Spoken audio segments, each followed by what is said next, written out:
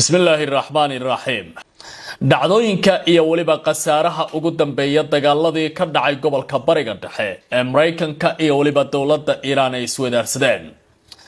Dawladda Iran waxay ku dhawaaqday dhowr qof oo la dilay iyo waliba duqeyn ay u geysatay qaybo kamid ah gobolkaasi gaar ahaan wadamada Kuwait iyo Bahrain. Haddaba maxaa laga yaqaanaa qasaaraha inta uu dhan yahay? madaxweynaha dalka Mareykanka ayaa ku dhawaaqay in uusan wadankiisa aqbali karin in dad waalan uu gacanta u galo hubka nuclear-ka isagoo ula jeeda mas'uuliyiinta dawladda Jamhuuriyadda Islaamiga ah ee Iran. dhaqdhaqaaq diblomaasiyadeed oo culus ayaa ka bilowday gobolka bariga dhexe iyadoo dawladaha Carabta ay ugu horeysa qadarna saaka ay taleefanada isku maqlayaan si colaadaasi loo joojiyo.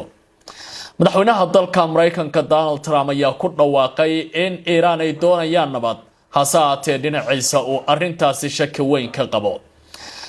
duqeymaha qasaaraha ay gaarsiiyeen meelo kamid ah iyo waliba war culus oo ka soo baxay dawladda Iran iyo madaxweyne ku-xigeenka Mareykanka JD Vance oo mar kale caawa shaki gelinaya dagaalka inuu bilaaban doono. xaqiijiye 14 qof oo u dhashay wadanka Iran ayaa ku geeriyooday duqeyn ay Mareykanku ka sameeyeen gudaha wadankaasi iyadoo dawladda Iran ay bixisay jawaab aad u kulul iyadoo duqeysay qaybo kamid ah wadamada Kuwait iyo Bahrain. xiisada gobolka ayaa iminka ka sii daraysa dhinacyadana waxay abuurayaan tallaabo kasta oo ay ku sameyn karaan argoosi dagaal. asalliga kala duwan oo ku yaala wadamada Bahrain iyo Kuwait ayaa wararku sheegayaan in duqeymihii ugu cuslaa ay ku qaadeen ciidamada ilaalada kacaanka ee Jamhuuriyadda Islaamiga ah ee Iran. iyadoo dhinaca kalena ciidamada Israa'iil la geliyay heegankii ugu xoogganaa tan iyo saaka markii dawladda Iran ay bilowday duqeymo istaba jooga. Israa'iil waxa ay ka baqanaysaa in tallaabooyin argoosi ah ay la kulmaan sida ay tilmaamayaan basraakiil kala duwan uu ka mid yahay taliyaha ciidamada nidaamkaasi ee Iyal Samir. xiisada u dhaxaysa Mareykanka iyo Iran ayaa si weyn u xoogeysatay kadib markii Mareykanka maalintii labaad oo xiriir ah oo duqeyn ballaaran ka fuliyo gudaha Iran halka ciidamada ilaalada kacaanka ee jamhuuriyadduna ay ku jawaabeen weerar gantaalo ah iyo diyaarado aan duuliye lahayn oo ay ku qaadeen saldhigyada Mareykanka uu ku leeyahay wadamada Khaliijka. wasaaradda caafimaadka wadanka Iran ayaa ku dhawaaqday in 14 qof lagu dilay duqeymihii ugu dambeeyay 78 kalena ay ku dhaawacmeen taas oo kor u qaadaysa tirada waxyeelada ciidamada Mareykanku ay geysanayaan duqeymahooda. wasaaradda caafimaadka ee Jamhuuriyadda Islaamiga ah ee Iran ayaa Khamiista maanta ku dhawaaqday in ugu yaraan 14 qof ay dhinteen halka 78 kalena ay ku dhaawacmeen weeraradii Mareykanka ee Arbacada iyo Khamiistii uu ku qaaday gudaha wadankaasi. afayeenka xarunta xiriirka dadweynaha ee wasaaradda oo lagu magacaabo Hussein Karmanpour ayaa sheegay in duqeymaha ay beegsadeen 5 gobol oo kala duwan oo ku yaala gudaha wadanka Iran. waxa uu intaasi ku daray in 47 kamid ah dadka dhaawacmay wali ay ku jiraan cisbitaalada halka xaaladda dadkaasi wali la tacaalayo. Mareykanku waxa uu beegsaday ku dhawaad 90 bartilmaameed oo military oo gudaha wadanka Iran ilaa iyo xalay. taliska dhexe ee ciidamada Mareykanka ee gobolka bariga ka howlgalaya ee Centcom la yiraahdo ayaa ku dhawaaqay ilaa iyo 90 bartilmaameed in ay weerar ku qaadeen xalay oo kaliya taasi oo gudaha wadanka Iran. meelaha aan beegsano waxaa kamid ah ay leeyihiin nidaamyada difaaca cirka, xarumaha kormeerka xeebaha, goobaha lagu kaydiyo gantaalada iyo diyaaradaha aan duuliyaha lahayn, xarumaha ciidamada badda, kaabayaasha saadka iyo militariga ee ku teedsan xeebaha wadanka Iran. dhinaca kale Centcom waxay sheegeen in ujeedada dagaalka ay u galayaan ciidamadooda ay tahay in la weeqo dawladda Iran oo u muuqanaysa in ay la soo baxayso awood xoogan oo ay ku baacsanayso maraakiibta ganacsiga ee ka gudbaya marinka Hormuz. qaraxyo ayaa laga maqlay magaalooyin kala duwan oo kamid ah gudaha wadanka Iran sida ay ku waramayaan wargeysadooda. warbaahinta dawladda ayaa sheegtay in qaraxyo xoogan laga maqlay Bandar Abbas, Konarak iyo waliba Jabahar oo kamid ah dekadaha kala duwan ee wadanka Iran gaar ahaan dhinaca koonfurta wadankaasi ku yaala kuna teedsan xeebaha gobolka. gobolka Bushheer waxaa lagu duqeeyay saldhig ciidan oo ku dhow xarunta tamarta nuclear-ka rayidka halka gobolka Golistan waxaa la sheegay in la weeraray buundo tareen isla markaana halkaasi ay waxyeello ka soo gaadhay isu socodkii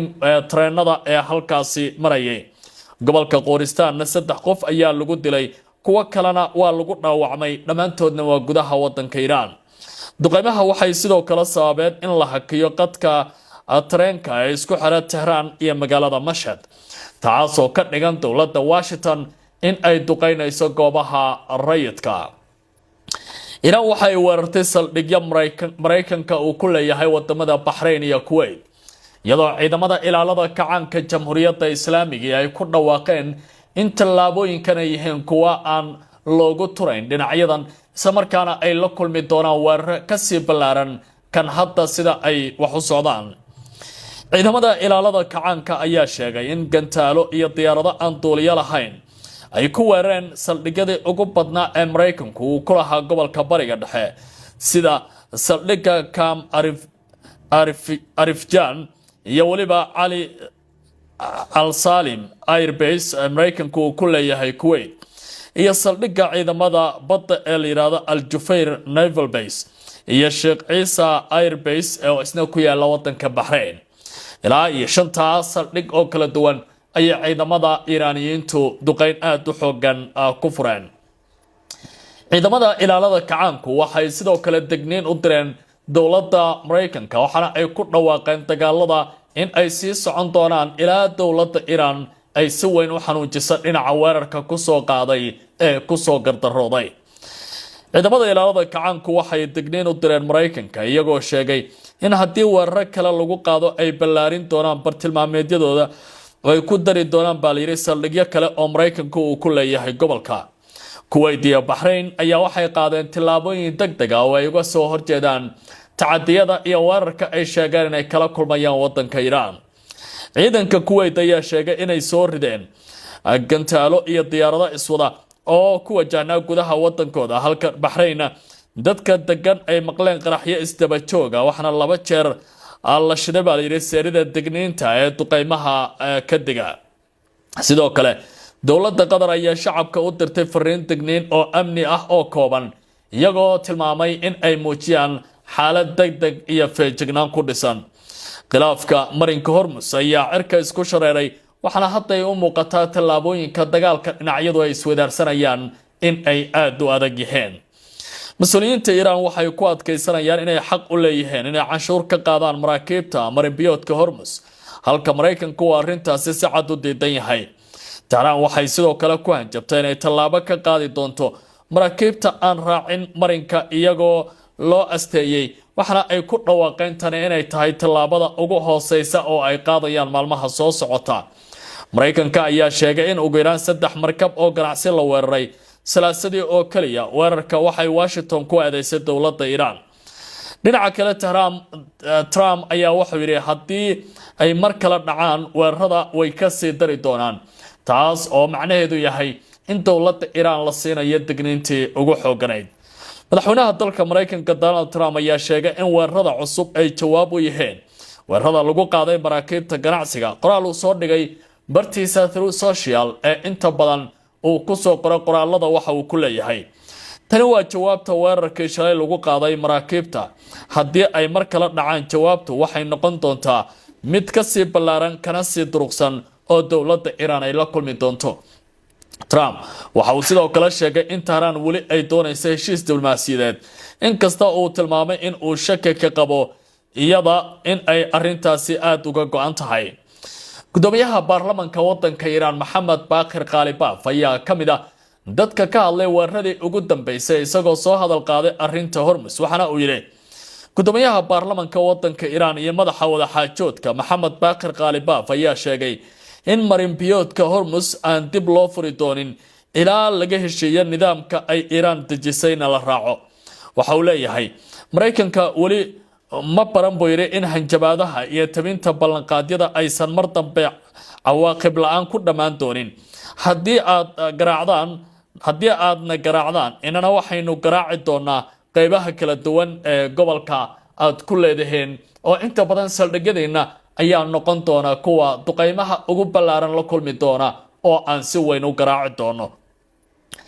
dalka Qatar iyo sidoo kale Pakistan oo dhinaca diblomaasiyadda ka shaqeynayay waxay hadda dadaal badan ku bixinayaan sidii heshiis kama dambaysa loo gaari lahaa dhinacyadana ay u dejin lahaayeen colaadan sii xoogaysanaysa ee gobolka bariga dhexe ka taagan.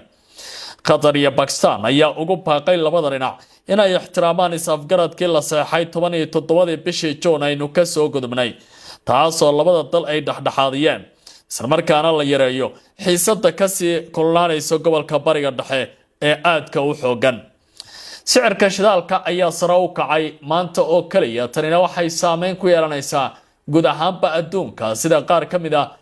wargeysyada waaweyn ee gobolka bariga dhexe sida wargeyska Ra'yul Yawm ee ka soo baxa gobolkaasi uu ku waramayo.